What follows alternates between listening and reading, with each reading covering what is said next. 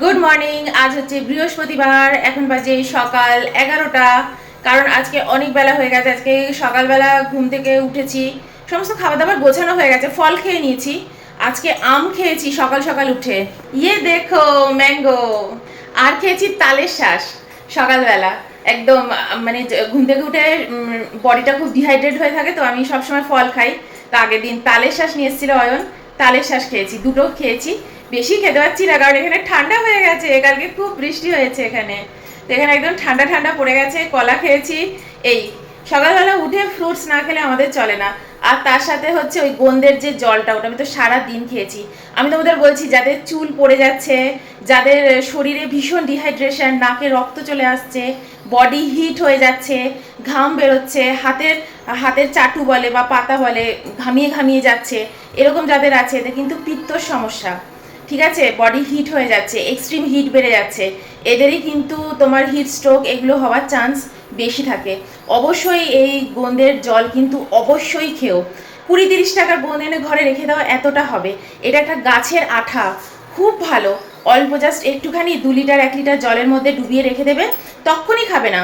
এটা কিন্তু ভিজতে ভিজতে অনেকটা সময় নেয়, একদম পুরো গুলে যেতে জলের মধ্যে অনেকটা সময় নেয়।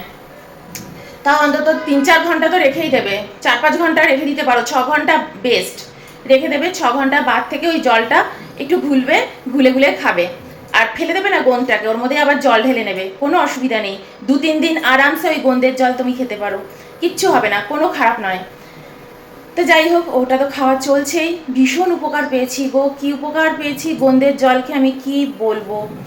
আর এখন চা বসিয়ে দিয়েছি। আর আজকে হচ্ছে আমাদের ঘরের জাতীয় খাবার মুড়ি মাখা। তো এই দেখো চা হচ্ছে, চা একদম ফুটে গেছে।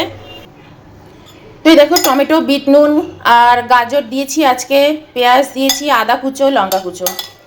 এদিকে চাটাও নিয়ে নিয়েছি। যতদিন না কাপ আমি কিনতে বেরোবো ততদিন কাপ কেনা হচ্ছে না, তো এখন এইরকমই দুটো কাপে চা। ইয়ে দেখো তালের শ্বাস আমি খেয়ে নিয়েছি দুটো, পরে যদি অয়ন খায় খাবে। এখন আগে চা মুড়িটা খেয়ে নিই। চা আজকে ব্রেকফাস্ট নিয়ে বসলাম কটা জানো? 11টায়। কেন বলো তো? কারণ অয়ন সকালে আজকে মিটিং ছিল। ওর এত সকালে মিটিং থাকে না, কিন্তু ওদের শনি রোববারও কাজ করতে হবে, তোর জন্য মিটিং ছিল। অয়ন ধরেছে যখনই কাজ আসবে তোমার নো ছুটি, কাজ করতে হবে। তো অয়ন তো এখন আর কাজ করে না, ও এখন টিমের মধ্যে ভাগ করে দেয়। তো ওরাও তো সব এদিক ওদিক যাওয়ার ছিল, তো ওর জন্য একটা মিটিং হয়ে গেল যে কীভাবে ওরা শনিবার কাজ করবে। তো ওরা বলছে শনিবার ওরা কেউ থাকবে না, হয়তো রোববার করবে, এই নিয়েই মিটিং হচ্ছে। অয়নের এখন নিজের কোনো কাজ করতে হয় না, ওই ইয়ে করে। তো তুমি কি কাজ করবে কি করবে না? এই শনি রোববারও কাজ করতে হলে না, খুব ইরিটেট লাগে। সারা সপ্তাহ কাজ করে আবার শনি রোববারও কাজ করা, এই। কিন্তু যেটা যেরকম নিয়ম।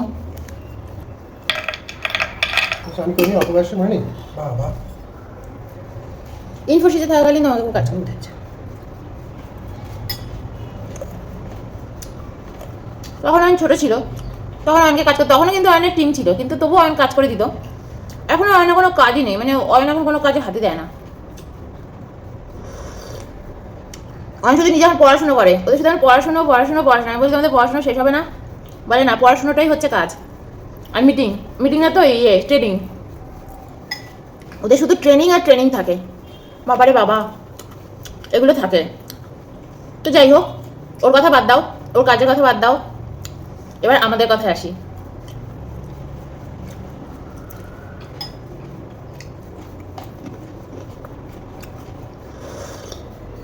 আমি কিন্তু রোজই মুড়ি চানাচুর, মানে মুড়ি স্যালাড চানাচুর এগুলোই খাই রেগুলার। মহাভারতে অনেকগুলো ক্যারেক্টার, অনেক, কুরু পরিবার, পাণ্ডব পরিবার, তাই না? শ্রীকৃষ্ণ নিজে আছেন মহাভারতের মধ্যে, গান্ধার পরিবার, তারপর আর ওই দ্রৌপদীর পরিবারটা যেন কি ছিল, পাঞ্চাল পরিবার। তো অনেক অনেক ক্যারেক্টার, তাই না মহাভারতে? আপনারা বলবেন যে আপনাদের সব ক্যারেক্টারের মধ্যে কোন ক্যারেক্টারকে সবচেয়ে বেশি পছন্দ? আমার মহাভারতের মধ্যে সবচেয়ে প্রিয় ক্যারেক্টার হচ্ছে বিদুর। আমার খুব ভালো লাগে, আমি যত ওনার সম্পর্কে জেনেছি,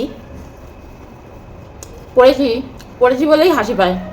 হ্যাঁ পড়েছি, মাঝে মাঝে পড়ি, যারটা ভালো লাগে তারটা জানার খুব ইচ্ছে হয়, তাকে জানতে ইচ্ছে হয়।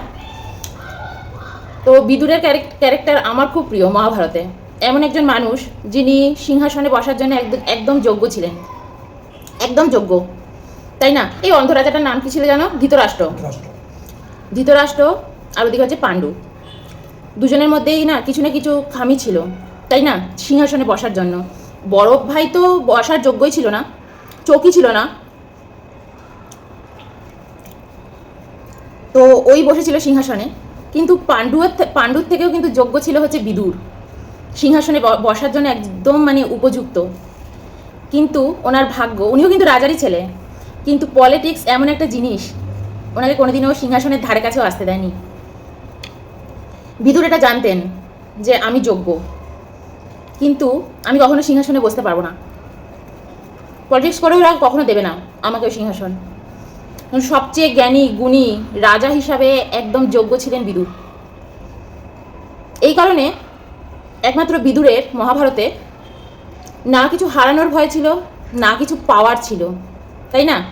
তাই উনি সব সময় সঠিক কথা বলতেন আর সৎ পথে থাকতেন। শ্রীকৃষ্ণ যখন এসেছিলেন দুর্যোধনের সাথে, দুর্যোধনের সাথে যখন কথা বলতে এসেছিলেন লাস্ট, পাণ্ডব ভাইদের জন্য গ্রাম চাইতে এসেছিলেন, ওরা তো দেয়নি। শ্রীকৃষ্ণ কিন্তু ওদের কারুর বাড়িতে খাদ্য খায়নি, খাবার খায়নি,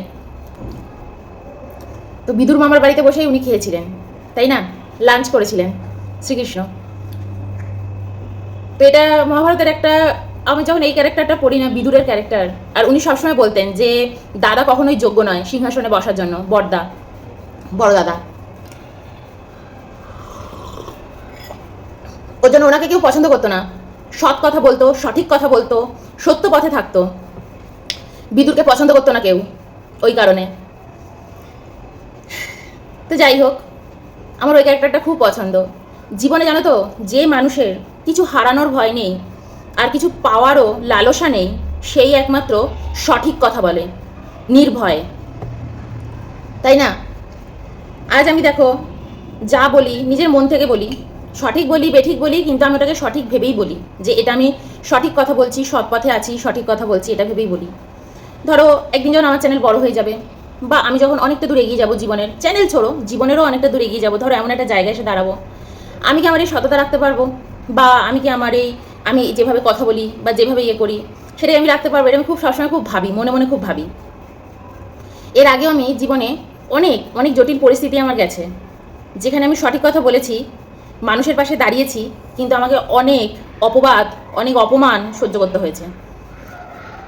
ব্যাঙ্গালোরে আগে যখন আমি, অনেক বছর আগে, এটা আমি কথা বলছি ধরো 9-10 বছর আগের কথা আমি বলছি, ঠিক আছে? বা তারও আগের, 11-12 বছর আগের কথা বলছি।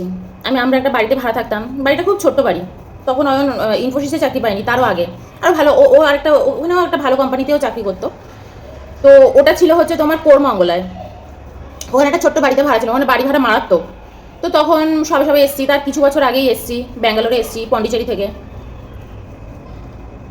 তো এই বাড়িটাতে আমরা সবাই ভাড়া থাকতাম, ওখানেও সব আইটি কোম্পানির অন্যান্য সবাই, মানে নিচের তলায় সেকেন্ড ফ্লোরে আমরা সব ফ্যামিলি থাকতাম, উপরের তলায় পিজি ছিল। তো আমার বাড়িতে যে, আমার পাশের বাড়িতে যে থাকতো, আমরা 3টে ফ্যামিলি ছিলাম, একে অপরের সাথে বন্ধুত্ব ছিল, খুব ভালো বন্ধুত্ব ছিল। এমনি ওরা তো তামিল ছিল, আর আমি ছিলাম হচ্ছে বাঙালি, তো ওদের সাথে সিম্পল কথাবার্তা হতো। হ্যাঁ, তো পাশের বাড়িতে যে ছেলেটা ছিল, ওর তখনও বিয়ে হয়নি, আমরা আসার পরে কিন্তু ওর বিয়ে হয়েছিল, বিয়ে ঠিয়ে হয়ে নতুন বউ এসছে, ওর সাথে আমাদের খুব ভালো বন্ধুত্ব হয়ে গেল। মেয়েটাও কিন্তু চাকরি করতো, ভালো জায়গায় জব করতো, ওদের এখানে তো আবার চাকরি ছাড়া মেয়েদের বিয়েই হয় না, তোমাকে দেখতে যেমনই হোক চাকরি করতেই হবে মেয়েদের। তো আমাদের মধ্যে একটা ভালো বন্ধুত্ব হয়ে গেছিলো, আমরা 3টে ফ্যামিলি ছিলাম নিচের তলায়, ভালো বন্ধুত্ব হয়ে গেছিলো। আর ওরা ছিল নাগপুর না কানপুর যেন, বিনারের শাশুড়ি, কানপুর। তো ওরা প্রথমে, ওরা এত হ্যাপি ফ্যামিলি ছিল, মানে আমাদের পাশে যারা নতুন বিয়ে করে এসছে, আর বিনার যে শাশুড়ি মা আসতো, উনিও খুব ভালো ছিলেন, ছেলে বিয়ে করেছে, ওখানে এসে থাকতেন উনি, খুব ভালো সম্পর্ক। আমাদেরকে তো খুব ভালোবাসতো, আমাকে তো সবসময় বলতো যে মম্মি বেঙ্গলিরা যেন মাছ দিয়ে ডাল খাও না, তোমরা মাছ দিয়ে ডাল খাও। হ্যাঁ, মাছ দিয়ে ডাল খাই। তারপর ভালো, ও হ্যাঁ, মাছের মুড়ো দিই তো ডালের মধ্যে, ওটাকেই উনি বলছেন মাছ দিয়ে ডাল খাও না, মাছ দিয়ে ডাল খাও না। তো এইবার যখন উনি এখানে আসতেন, গল্প করতেন, আমাদের সাথে ভীষণ ভালো ব্যবহার ছিল, ভীষণ ভালো ব্যবহার, আমাদেরকে খুব ভালোবাসতেন। আমার ওই পাশের বাড়ি যে আরেক বান্ধবী আছে, সেও কিন্তু চাকরি করতো, ওকে ভালোবাসে। একমাত্র আমি হাউস ওয়াইফ ছিলাম, আমি চাকরি বাকরি করতাম না, কিন্তু আমার 2 বান্ধবী চাকরি করতো। সবাই ইন্ডিপেন্ডেন্ট, দুজনে কিন্তু সবাই কিন্তু ইন্ডিপেন্ডেন্ট ওখানে, আমি নই। তো রোজ রাত্রিবেলা 11টা-12টার সময় খুব আওয়াজ হতো, চিৎকার চেঁচামেচি মারপিট আওয়াজ হতো। আবার আমাদেরই পাশের ঘর, তো আমি মাঝখানে আমার ঘর, এইদিকে আরেক ঘর, এইদিকে আরেক ঘর। এই এত মারপিট, মানে এত ইসের আওয়াজ। তো একদিন আমি দিনের বেলাতে আমার ওই বান্ধবীকে বলেছি, আরেক বান্ধবীকে, যে ওদের ঘর থেকে না খুব আওয়াজ আসে। আর যখন ওর শাশুড়ি মা আসতো তখন এইগুলো ঘটতো। একদম রাত্রিরে 12টার পর থেকে এটা শুরু হতো। এই 2-3 ঘন্টার মধ্যে স্টপ হয়ে যেত। এটা রেগুলার চলতো, 2-3 দিন ধরে টানা চলতো। দিনের বেলা সব ঠিক, সব ঠিক, হ্যাপি ফ্যামিলি। এবার আমি একদিন ওকে বলেছি, বৃন্দা ছিল ওর নাম, আরেক বান্ধবী যে ছিল, আমি নাম বলছি কারণ এটা অনেক বছর আগের কথা, তারা কে কোথায় চলে গেছে, সব তামিল ফ্যামিলি, তাই আমি নামটা বলছি, আদারওয়াইজ আমি নাম বলতাম না। তাই বৃন্দাকে বলেছি যে বৃন্দা এরকম এত ঝামেলা এদের ঘরে। বৃন্দা বলছে হ্যাঁ আমি জানি, কিন্তু তুইও কিছু বলবি না, চুপচাপ থাকবি। তাই আমি চুপচাপই আছি। কিন্তু দেখো একটা জিনিস, সবার সহ্য ক্ষমতা সমান হয় না, আমিও সবার মতো নই। এবার না একদিন রাত্রিরে খুব মারপিট হচ্ছে, মানে তখন 12টা বেজে গেছে। এবার খুব, মানে আমি তো খুব আওয়াজ পাচ্ছি। আমি না সেদিন আর নিজেকে ধরে রাখতে পারিনি, রাত্রি 12টা বেজে গেছে তখন। অয়ন আমাকে বলছে চুপচাপ শুয়ে থাকো তো। আমি যে না, আমি শুয়ে থাকতে পারছি না, আমি শুয়ে থাকতে পারছি না। আর ও শাশুড়ি মা এসে আমাদের সবার সাথে এত ভালো সম্পর্ক রাখতো যে ও শাশুড়ি মার সাথে কেউ মানে মানে দিনের বেলা উঠে যে কেউ প্রোটেস্ট করবে বা কেউ কিছু বলবে, কেউ করতো না। আর দিনের বেলা কিন্তু শাশুড়ি বৌমায় মিল হয়ে যেত, সব ঠিক, তুমি কিচ্ছু বুঝতে পারবে না, কিচ্ছুটি না। এইবার একদিন আমি রাত্রি 12টার সময় উঠে পড়েছি, উঠে আছে আমি এটা নিতে পারছি না। তারপরে তো আমি নক করেছি ওদেরকে গিয়ে, রাত্রি 12টার পর নক করেছি আমি, দরজা খোলো দরজা খোলো। এবার ওরা তো দরজা খুলছে না। এবার ওরাও না থতমত খেয়ে গেছে যে কী হলো এটা। আমি দরজা হলো, তার মধ্যে আমি নিচে চলে গেছি। ওইখানে কিন্তু হাউস ওনার থাকতো না, ঠিক আছে। ওই বাড়িটা হচ্ছে উপরে পিজি, ছেলেদের পিজি, নিচে আমরা আছি। কিন্তু ছেলেদের ওরা সারাদিন কেউ বাড়ি থাকতো না, ছেলেরা খুব ভদ্র ছিল, ওরা উপরে থাকতো, রাত্রিরে দিয়ে জাস্ট শুতো, পরের দিন অফিস। তো নিচে চলে গেছি, নিচে আমাদের কেয়ারটেকার ছিলেন, ওনাকে ডেকে এনেছি। আচ্ছা আন্টি, এখানে রোজ মারপিট হচ্ছে, রোজ। এইবার আন্টি এসছে, আন্টি এসে বলছে, নক করেছে, বলছে আপনারা মারপিট করছেন। ওই যাদের ঘরে মারপিট হতো ওর নাম ছিল বিনা। বিনা সে একজন কিন্তু ভালো, ও কিন্তু নিজেই আইটি কোম্পানিতে চাকরি করে, ঠিক আছে। এবার ও যে বলবে ওটা আমি মারপিট করছি না, সেটাও করতে পারছে না, ওকে তো মেরে শুয়ে দিয়েছে রাত, মানে একদম নিচে শুয়ে আছে, পড়ে আছে একটা কোণে। আর শাশুড়ি না থতমত খেয়ে গেছে। এইবার আমি ডেকেছি কেয়ারটেকার আন্টিকে। আন্টি বলছে এই কী করছেন আপনি, এগুলো কেন করছেন? তো খুব ভদ্র হয়ে কথা বলছে। তারপরে আমি বলেছি আমি যদি আর একটা আওয়াজ পাই না, আমি পুলিশকে কল করে দেবো, আমি কিন্তু পুলিশকে কল করে দেবো, আমি বলেছিলাম। বলে ঠলে তারপর বলছে না আর কোনো সমস্যা হবে না, আসলে আজকে একটু ঝগড়া হয়ে গেছে। আমি আজকে আবার ঝগড়া কি, আপনারা তো রোজ করছেন ঝগড়া, এভরিডে আপনারা রাত্রিরে করেন, কি করেন আপনারা ঝগড়া, আবার দিনের বেলা মিল হয়ে যায়। মানে আমি ওদের বলিনি, আর আমি না ঘরে সেটা ভাবছিলাম রাত্রিরে যে এটা কখনো পসিবল বলো তো।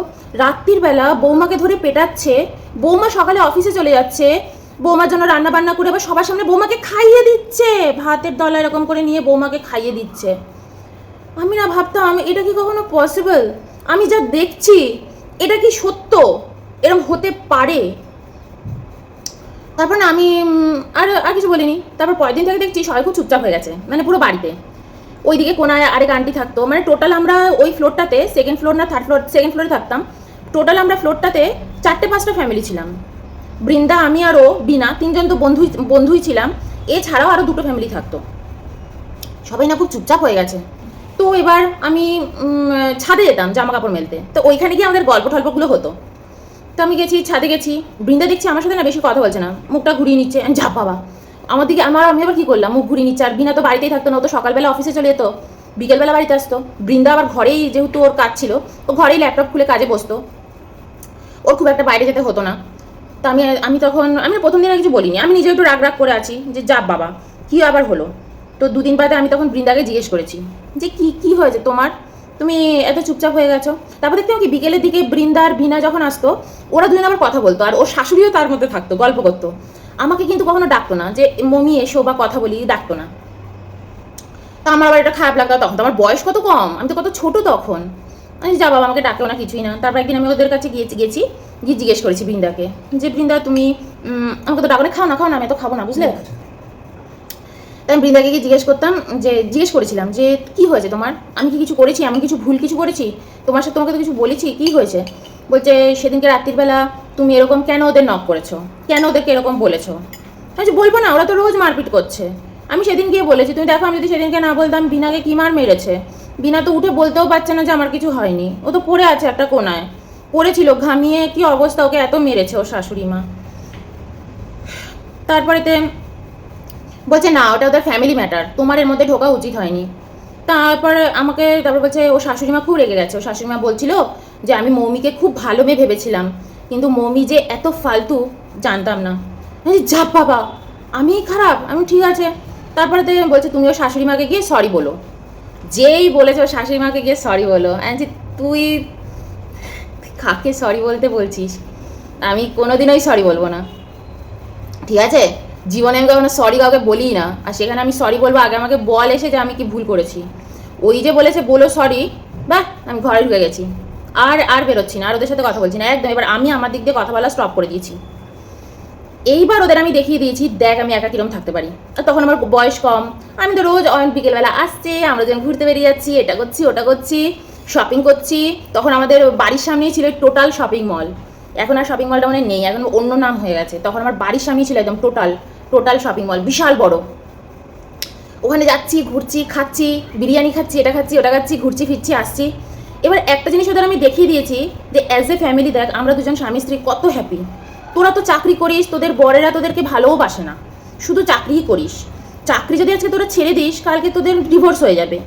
আর দেখ আমি কিরকম ঘুরে ফিরে বেড়াচ্ছি, কত আনন্দ করছি, তোদের আমার কোনো প্রয়োজনও নেই। যা, আমি তখন বয়স আমার কম, যা। রোজ জিন্সের প্যান্ট হ্যান্ট পরে, জিন্স টিন্স পরে, আমি রোজ রেগুলার জিন্স টিন্স পরতাম, আমি এখনও জিন্স পরি, তখনও জিন্স পরছি, একদম নিজের রেলায় ঘুরছি। তোদের মতন নাকি ফুলের মালা মাথায় দিয়ে একটা চুড়িদার পরে? ওদের মানে একদম দেখিয়ে দিয়েছি জল, রোজ আমাকে দেখবি আর জ্বলবি, আমি তোদের সাথে আর মিশবো না। কিন্তু আমার মনে মনে তো কষ্টটা থেকেই গেছে, মনে কিন্তু আমি কষ্ট পাচ্ছি যে ওরা আমার সাথে এরকম ব্যবহার করলো, কীরকম যেন এরা, এদের চাকরি ছাড়া এদের কোনো ইয়ে নেই। বলে কিনা শাশুড়ি পেটাচ্ছে, শ্বশুর পেটাচ্ছে, ঘরে মারপিট হচ্ছে, বলছে আমি নাকি দোষ করেছি ওদেরকে গিয়ে বলে। আর জানো যবে থেকে আমি বলেছি তবে থেকে ওকে আর মারে না, বিনাকে আর মারছে না। এবার দেখো আমি যদি শাশুড়িকে গিয়ে সরি বলি তাহলে ওকে আবার মারবে, আমি কিন্তু অন্যায়কে প্রশ্রয় দেবো, ওকে আবার মারবে। এবার যেহেতু আমি আর সরি বলিনি, ও আর মারও খাচ্ছে না। তারপর একদিন অনেকদিন বাদে, এবার এরমভাবে আমাদের 1-2 মাস কেটেও গেছে, আমি কিন্তু সরি আর বলিনি। আর বৃন্দার সাথে কথা বলি না, ওর সাথে তো কথাই বলি না, ও আমার সাথে কথা বলে না, মুখ ঘুরিয়ে চলে যাচ্ছে। যাকে আমি বাঁচিয়েছি সেই আমার দিকে মুখ ঘুরিয়ে চলে যাচ্ছে। তারপর 2 মাস বাদে শুনলাম ওরা নাকি ওই বাড়ি থেকে উঠে যাচ্ছে, ওরা অন্য জায়গায় চলে যাবে চাকরি করতে, চাকরির সোর্সেই তো থাকে, চলে যাবে।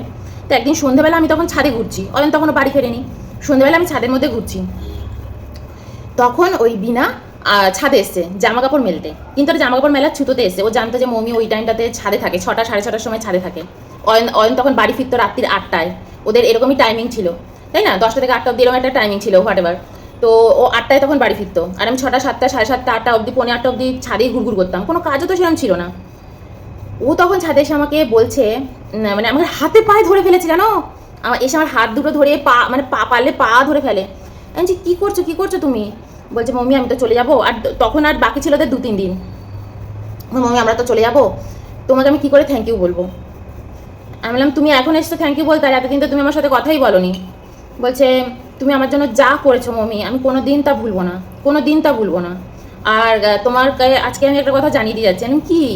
বলছে কালকে আমি বাড়ি ছেড়ে চলে যাচ্ছি সকালবেলা 5টার সময়, বাড়ি ছেড়ে এখান থেকে চলে যাচ্ছি। আমার বর যদি আমাকে আলাদা নিয়ে থাকে, আর সেখানে যদি শাশুড়ি মা না আসে, সেই শর্তে যদি আমাকে নিয়ে রাখে তবেই আমি থাকবো, আদারওয়াইজ আমি থাকবো না।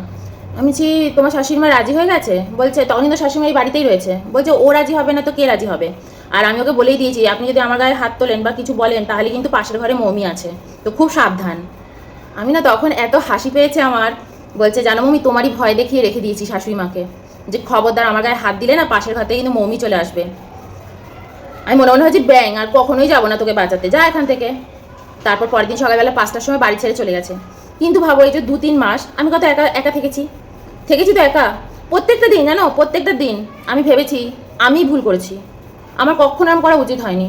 একদিন আমি ঠাকুরের কাছে দাঁড়িয়েও বলেছি আমি আজকে যে ভুল করেছি আমি আর কখনো করবো না, সত্যি বলছি আর কখনো করবো না। এরপর তো আমি সারা জীবন এই বাড়িতে থাকবো না, অন্য জায়গায় যাব, অন্য কিছু করব।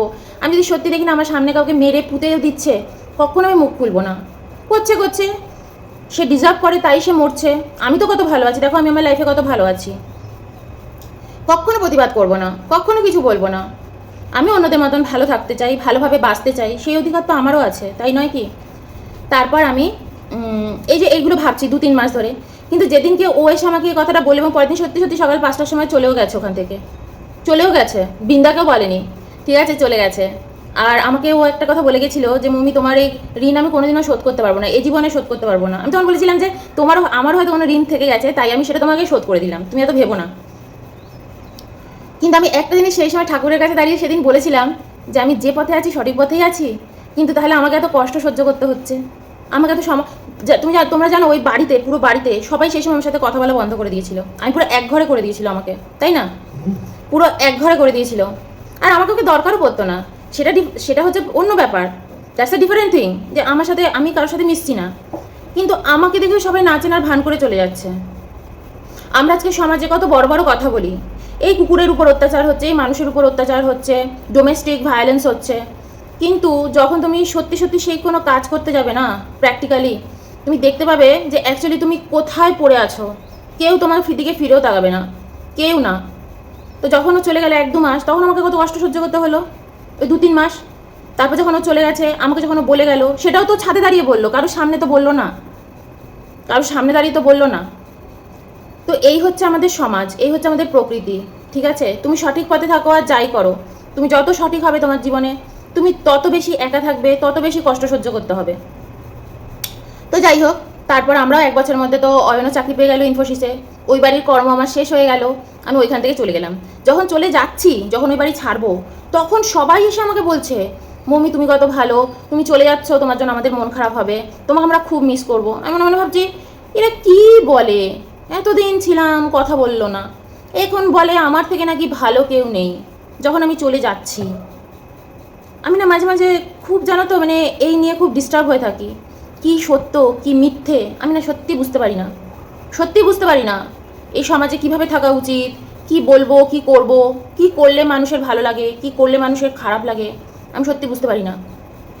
যখন বাড়ি থেকে চলে যাচ্ছি তখন বলছে যে তোমার থেকে ভালো কেউ নেই, তুমি খুব ভালো, তোমাকে আমরা খুব ভালোবাসি, তোমাকে আমরা খুব মিস করব। এই আমার কি যায় আসে তোমরা আমাকে ভালোবাসো কি বাসো না। তো এই একটা কথা তোমাদের সাথে তাই শেয়ার করলাম আজকে, সেই অনেক বছর আগের কথা, যে ঠিক পথে থাকা না বা কোনো কিছু ঠিক করছি, এইটা কিন্তু সবসময় জানো তো মানুষকে শান্তি দেয় না। আমি ঠিক পথে আছি কিন্তু গোটা সমাজ আমার বিরুদ্ধে, ঠিক পথে কে থাকবে বলো তো, কে থাকতে চাইবে বলো তো।